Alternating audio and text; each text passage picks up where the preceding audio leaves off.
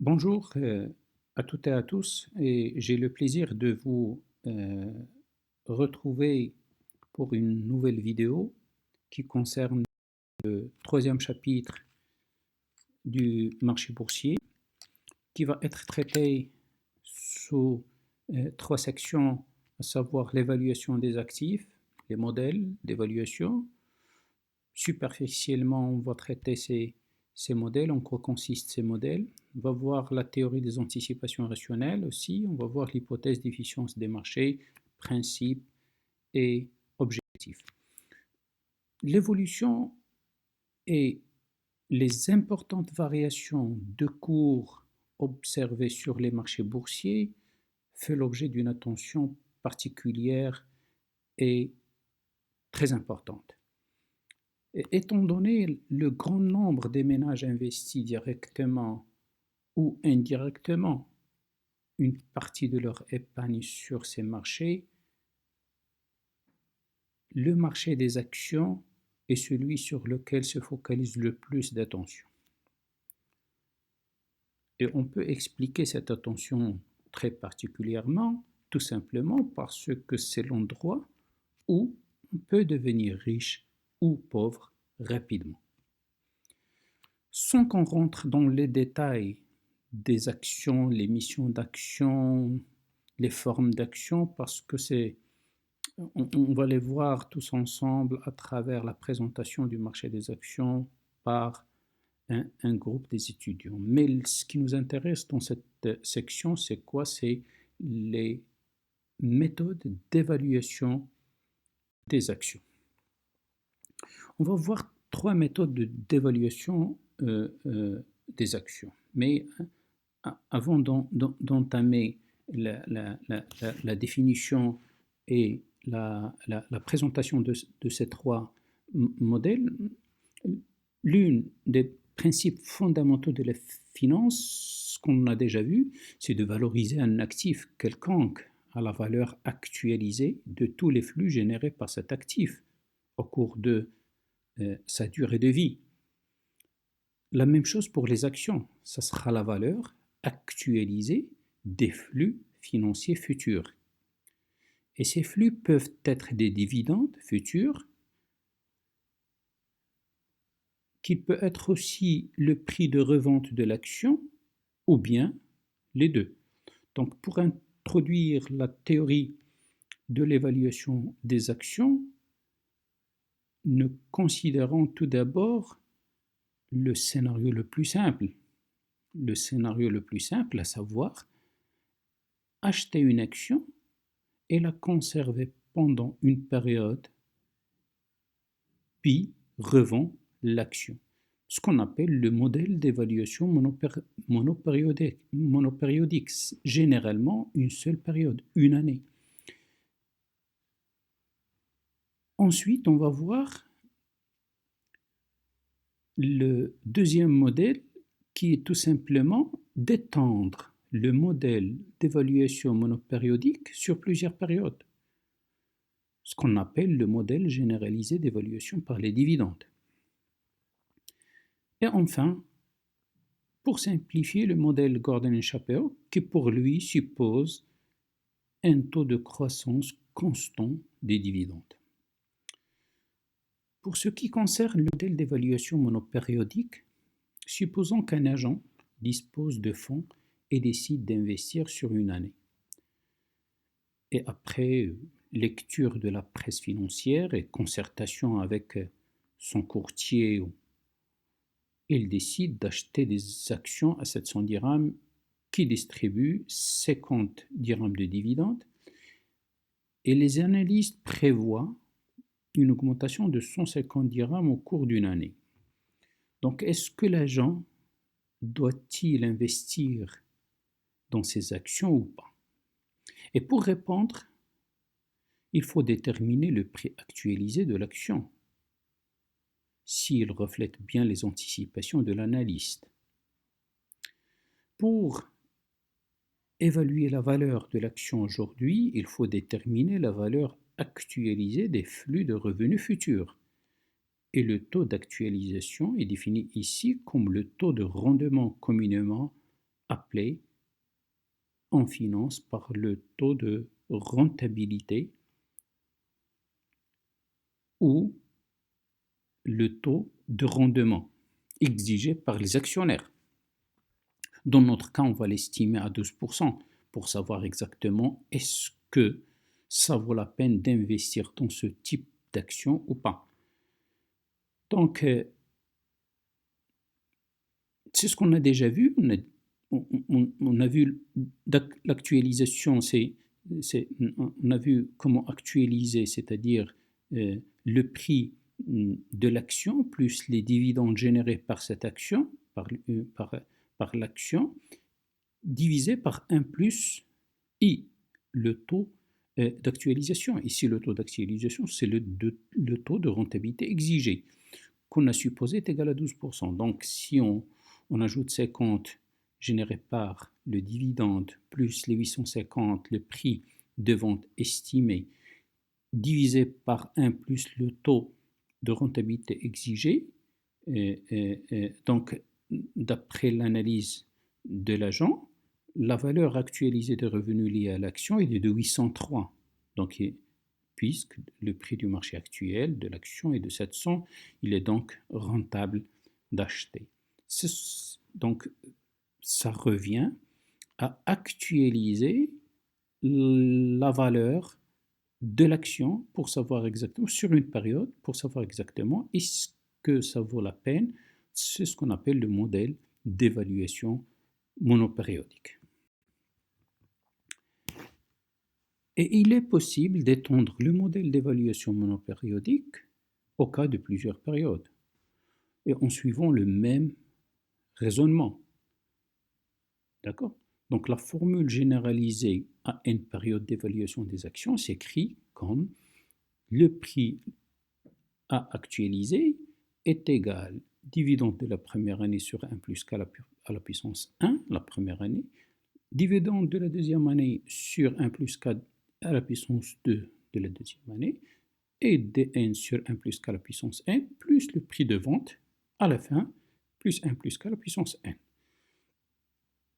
Pour évaluer une action, on nécessite de faire une hypothèse sur le cours de l'action lors de sa revente, c'est-à-dire on doit évaluer ou faire une hypothèse de Pn, c'est-à-dire il faut connaître Pn pour pouvoir calculer P0. Et il faut aussi déterminer les dividendes D2, Dn, D20, D25, Dn. Donc le modèle généralisé d'évaluation d'une action par les dividendes nécessite donc l'actualisation d'un flux infini de dividendes, ce qui peut être pour le moins délicat. C'est pour cela que Gordon Shapiro a mis en place une supposition pour simplifier le modèle monopériodique, à savoir il a supposé que les dividendes croissent à un taux constant. Donc, Gordon Shapiro généralise et propose un taux de croissance constant des dividendes. Il suppose que la plupart des entreprises essaient de verser tous les ans un dividende qui croît à un taux constant. Donc l'équation devient P0 est égal à D0 fois D0, c'est le dernier dividende versé, fois 1 plus G, G c'est le taux de croissance anticipé du dividende. On suppose que le dividende il croît à 0,2% ou 0,3% chaque année. Donc on fixe un taux de croissance annuel. À la fin, D0 fois 1 plus G à la puissance l'infini sur 1 plus k à la puissance l'infini. Donc c'est avec G, taux de croissance anticipé du dividende, et K, le taux de rentabilité exigé par l'actionnaire. Pour simplifier l'équation, P0 est égal à, donc il suffit de si vous voulez faire la démonstration de la simplification, il suffit de multiplier les deux membres de l'équation par 1 plus k sur 1 plus g. Pour simplifier deuxième membre, ensuite soustraire toute l'équation de P0 du résultat. Donc l'équation peut être simplifiée, cela donne l'équation suivante, P0 est égal à D1 sur K moins G. Et la deuxième supposition de Gordon-Shapiro, c'est que K, il est toujours supérieur à G. Donc le taux de croissance, il est inférieur au taux de rentabilité exigé. Cela est démontré par des études et par des travaux de Gordon. Donc en résumé, les actions sont évaluées comme la valeur actualisée des dividendes futurs. Malheureusement, l'estimation de ces dividendes futurs est incertaine et cela peut entraîner des erreurs importantes dans l'évaluation du prix des actions. Et le modèle de Gordon-Shapiro est une méthode simple pour calculer la valeur d'une action sous l'hypothèse d'un taux de croissance des dividendes constant à l'infini. Et étant donné l'incertitude quant aux dividendes futurs, cette hypothèse est souvent la plus raisonnable qu'il soit possible de faire. Et comme j'ai dit tout à l'heure, le taux de croissance des dividendes est la deuxième hypothèse de Gordon-Shapiro, c'est que le taux de croissance est toujours inférieur au taux de rentabilité, et Gordon a démontré cette hypothèse, il a trouvé que c'était acceptable. D'accord ? On va voir maintenant la théorie des anticipations rationnelles. Donc, tous les secteurs économiques dépendent fondamentalement des anticipations des agents, qu'ils soient dirigeants, qu'ils soient n'importe quel acteur, consommateur, ainsi de suite. Ça nécessite des anticipations des agents. Donc, il est crucial de comprendre la façon dont les agents forment leur anticipation. Avant, depuis les années 50-60, les économistes considèrent que les agents forment leur anticipation sur la base de leur expérience passée. D'accord ? Ce type d'anticipation est appelé les anticipations adaptatives, tout simplement parce que les changements dans les anticipations des agents se font lentement et de manière progressive. Et pour dépasser les insuffisances des anticipations adaptatives, Jean Muth a développé une théorie alternative des anticipations, qu'il a appelée théorie des anticipations rationnelles. Et cette théorie est la plus utilisée actuellement pour décrire la façon dont les agents économiques forment leur anticipation. Donc Jean Muth a dit en 1961, les agents utilisent toute l'information disponible pour former leur anticipation. Ces anticipations sont identiques à la prévision optimale, c'est-à-dire la meilleure prévision possible pour le futur. En supposant, par exemple, un étudiant arrive à l'université en moyenne entre 25 et 35 minutes. 27, 30, 32 minutes chaque fois. Donc, cela dépend des heures de pointe, d'embouteillage, ainsi de suite. Donc, la meilleure prévision possible de son temps de trajet est de 35 minutes. Supposons qu'un jour, avec la même anticipation et les mêmes hypothèses, l'étudiant a mis 50 minutes pour arriver à l'université suite à un accident, suite à plusieurs feux rouges. Mais le lendemain, il a fait 35 minutes. Donc ça reste toujours que la meilleure prévision du temps de trajet est de 35 minutes compte tenu de l'information dont dispose l'étudiant. Malgré que cette anticipation conduit l'étudiant d'arriver en retard une ou deux fois en retard à l'université. C'est-à-dire, elle n'est pas parfaite. Mais toutefois, l'anticipation peut être qualifiée de rationnelle. Et l'anticipation, pour être qualifiée de rationnelle, n'a pas besoin d'être parfaite.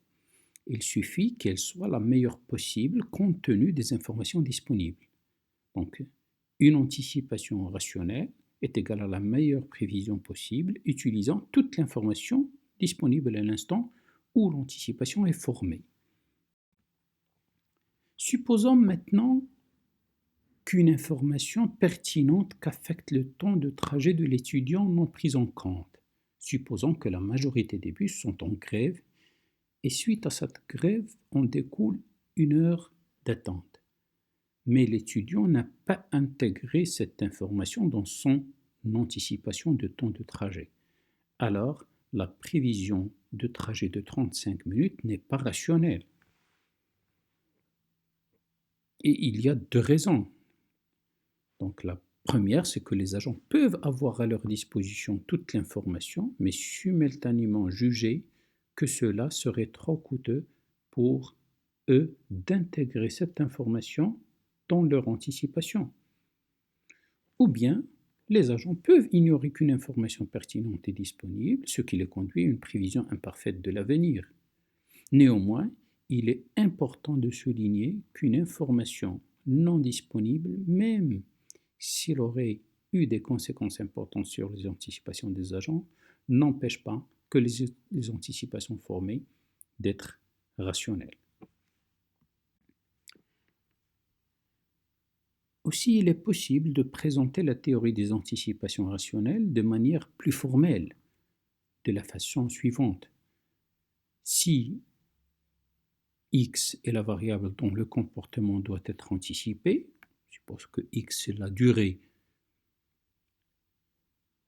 du trajet de l'étudiant, X est l'anticipation de cette variable par un agent, l'étudiant va anticiper qu'il va arriver à 30 minutes. X0, c'est la meilleure prévision de X qui utilise toute l'information disponible. Donc X0, donc, c'est prévoit qu'il va arriver dans 35 minutes et l'anticipation par un agent est de 40 minutes. L'hypothèse d'anticipation rationnelle dit que la différence entre ce qui a été prévu et la réalité doit être égale à 0 pour que l'anticipation rationnelle soit le plus exact possible. Ce qui signifie que l'anticipation de X correspond à la meilleure prévision possible compte tenu des informations disponibles, c'est-à-dire X anticipé moins la meilleure prévision tend vers 0.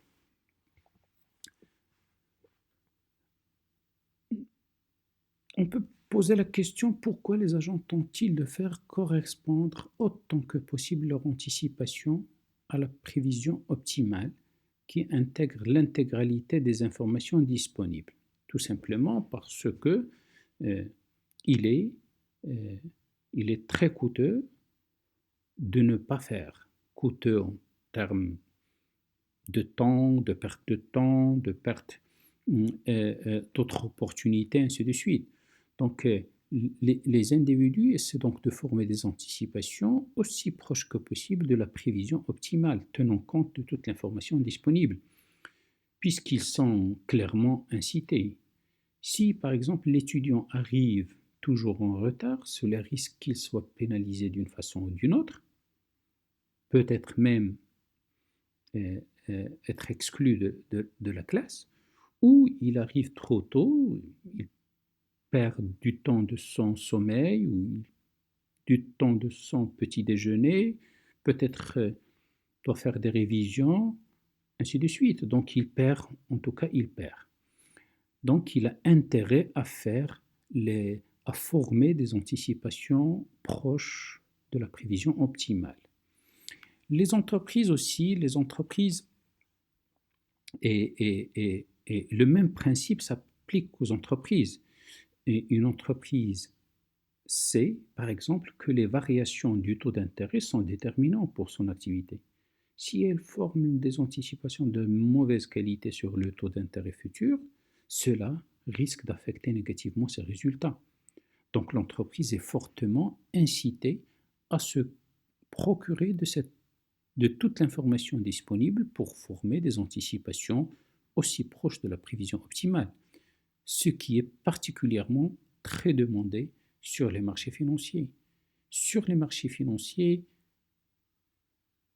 les agents ayant une meilleure prévision deviennent les plus riches. Donc la théorie des anticipations rationnelles s'applique de manière extrêmement pertinente au marché financier, qui se dénomme l'hypothèse d'efficience des marchés.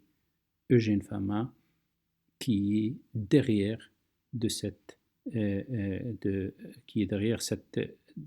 dénomination de cette hypothèse ou de cette théorie. Donc Eugène Fama, c'est un économiste américain et auteur de la théorie d'efficience des marchés, prix Nobel 2013 sur ses travaux sur les prix des actifs.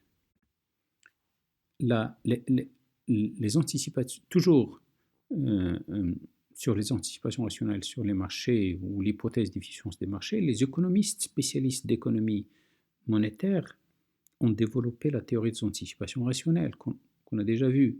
Mais les économistes spécialistes des marchés ont construit une théorie parallèle portant sur la formation des anticipations sur le marché financier. Et cette théorie a la même conclusion que la théorie des anticipations rationnelles, à savoir que les anticipations sur les marchés financiers sont égales à la meilleure prévision possible, utilisant toute l'information possible. Donc l'hypothèse d'efficience n'a rien d'autre que l'application des anticipations rationnelles au mode de formation des prix des actifs. Donc il s'appuie sur le postulat suivant: le prix des actifs sur les marchés financiers reflète l'intégralité de l'information disponible, la même chose que la théorie des anticipations rationnelles. On sait que le taux de rendement, comme on l'a déjà vu, le taux de rendement c'est quoi? C'est le prix de vente moins le prix initial, plus le coupon sur le prix T. Donc la question c'est quelle est l'anticipation du taux de rendement de l'actif à l'instant T plus 1, c'est-à-dire à l'instant T. Donc si on a le rendement est égal au prix de vente moins le prix d'aujourd'hui plus le coupon sur le prix d'aujourd'hui, l'anticipation du taux de rendement de l'actif à l'instant T nécessite l'anticipation du prix de l'actif à l'instant T plus 1, c'est-à-dire à combien je vais vendre mon actif. Aussi, ça nécessite la prévision du flux financier du dividende. Donc le taux de rentabilité anticipé de l'actif est égal à la meilleure prévision possible du taux de rentabilité, c'est-à-dire entre R, la rentabilité, et RE. Mais malheureusement, il est difficile, voire impossible, d'observer la rentabilité anticipée et le prix de vente anticipé. Donc l'analyse des anticipations rationnelles ne suffit pas à décrire le fondement du marché. La preuve, c'est qu'on ne peut pas prévoir les marchés. Et la preuve, c'est qu'on n'a pas pu prévoir les crashs de 87, 2000, 2008. Donc l'hypothèse n'est pas valide et qu'on ne peut pas anticiper sur les crashs. Mais l'analyse en termes de l'offre et de demande, comme on l'a vu dans la partie des obligations, montre que la rentabilité anticipée d'un actif financier a tendance à fluctuer jusqu'à ce que la quantité demandée est égale à celle offerte. Donc l'analyse en termes du marché, offre-demande, est toujours possible.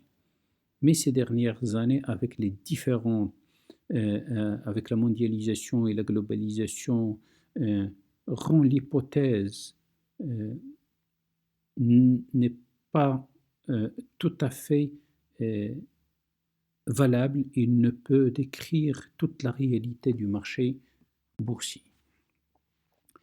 Et pour vérifier la pertinence de l'hypothèse d'efficience de marché, des études ont été menées pour vérifier l'hypothèse. Les premières études ont été en faveur de l'hypothèse, mais les plus récentes ont remis en cause l'hypothèse d'efficience du marché boursier.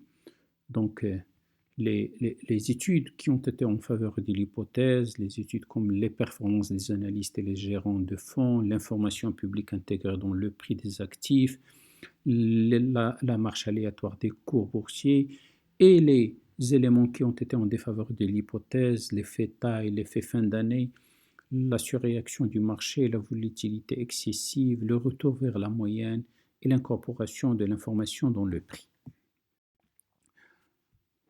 La, la, la, la première étude qui était en faveur de l'hypothèse, c'est les performances des analystes et des gérants de fonds. Donc la performance passée de ceux-ci ne permet pas de préjuger de leur performance future. On ne peut pas se baser sur une évolution future pour passer pour dire qu'on aura une performance future de temps. Si certains gérants de fonds sont chanceux parce que parfois par un coup de chance, ils ont eu raison, mais cela n'est pas toujours possible parce qu'il ne faut pas prendre la chance pour une capacité à battre le marché. Donc l'hypothèse d'efficience des marchés implique qu'il est impossible de prévoir un taux anormalement élevé, c'est-à-dire qu'il est impossible de battre le marché. L'information, deuxième point, l'information publique intégrée dans le prix. Donc l'hypothèse d'efficience des marchés suppose que les prix des actions intègrent toute l'information publique. Donc si une information est déjà publique, un communiqué de l'entreprise concernée n'a aucun effet. Il ne fera pas évoluer le cours de ces actions parce que les informations sont déjà intégrées dans le cours. La marche aléatoire des cours boursiers, troisième point, une conséquence importante de l'hypothèse d'efficience est que les prix des actions devraient approximativement suivre une marche aléatoire, c'est-à-dire imprévisible. Cela signifie que les évolutions futures des cours des actions devraient être imprévisibles. Mais le terme marche aléatoire décrit le mouvement d'une variable dont les changements futurs ne peuvent pas être prédits. C'est-à-dire le cours a autant de chances d'augmenter que de baisser. Il y a d'autres, la plus importante aussi, il y a l'analyse technique ou chartiste, c'est-à-dire qui se base sur les chartes, sur les graphiques, sur les tendances et les cycles, mais l'hypothèse d'efficience des marchés démontre que l'utilisation des cours de bourse passés ne permet en rien de prévoir des cours des bourses futures.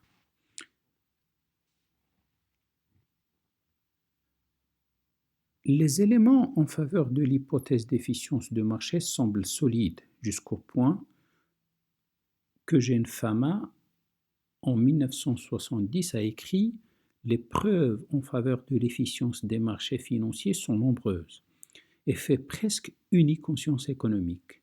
Les preuves allant à l'encontre de cette hypothèse sont rares, mais les éléments empiriques les plus récents tendent à montrer que l'hypothèse d'efficience des marchés n'est pas toujours validement utilisable à cause d'anomalies des marchés. » L'effet taille parmi les premiers éléments ou premières études qui sont en défaveur de l'hypothèse. Donc, l'une des premières anomalies de marché allant à l'encontre de l'hypothèse d'efficience des marchés, c'est l'effet taille. De nombreuses études empiriques ont montré que la PME présentait des taux de rentabilité très élevés, mais cet effet de taille semble s'être affaibli ces dernières années et contrevient à l'hypothèse d'efficience de marché. L'effet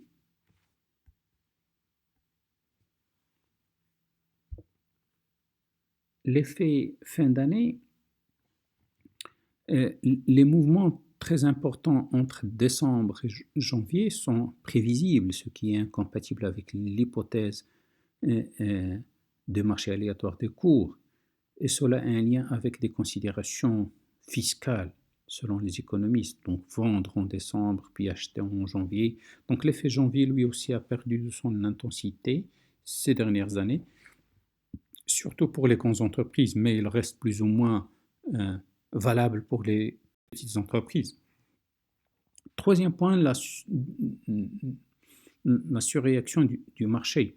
Donc des recherches montrent que le cours des actions peut surréagir, hausse ou baisse à la suite de la publication d'informations, et que la correction s'effectue lentement. Cette idée contredit l'hypothèse d'efficience des marchés euh, parce qu'un investisseur peut obtenir un taux de rentabilité anormalement élevé en achetant une action immédiatement après la baisse initiale et la vendre après quelques semaines lorsqu'elle revient à son niveau habituel. Donc, cela est possible, bien sûr. Le retour vers la volatilité excessive des cours est un phénomène proche de la surréaction du marché. Cela signifie que les variations des cours peuvent être plus importantes que celles de la valeur fondamentale du titre. C'est influencé par des facteurs autres que les fondamentaux du marché. Il y a d'autres éléments qui impactent la variabilité des des actifs politiques ou autres. Le retour vers la moyenne. Euh, D'autres chercheurs ont montré que la rentabilité des actions suit un principe de retour vers la moyenne. Donc les actions avec un taux de rentabilité inférieur à la moyenne aujourd'hui auront tendance à afficher un taux de rentabilité euh, euh, supérieur à la moyenne dans le futur, inversement. Donc les éléments en faveur ou en défaveur de la thèse de retour vers la moyenne font toujours débat jusqu'à aujourd'hui. Bien qu'il soit couramment accepté que les prix des actions s'ajustent très rapidement aux nouvelles informations, mais cet ajustement n'est pas instantané. Donc en réalité, en moyenne, les prix des actions continuent d'augmenter quelque temps après une annonce surprise. Bénéfices, changement de top management, de siège, ainsi de suite, et de baisser quelque temps après une annonce surprise. Profit en baisse, je ne sais pas, donc événements politiques, conjoncture économique, ce qui va à l'encontre de l'hypothèse d'efficience de marché. Donc, en conclusion, le débat sur l'hypothèse d'efficience du marché boursier est donc loin d'être clos. Les éléments empiriques suggèrent, ou les études faites suggèrent que l'hypothèse d'efficience de marché est un point de départ acceptable pour évaluer les comportements sur le marché boursier. Donc ce qui a conduit à l'émergence d'une nouvelle approche, c'est la finance comportementale, behavioral finance, qui tente d'appliquer des concepts en provenance d'autres sciences sociales comme l'anthropologie, la sociologie et surtout la psychologie pour comprendre le comportement des prix des titres. Et je vous remercie et à la prochaine vidéo, Inch'Allah.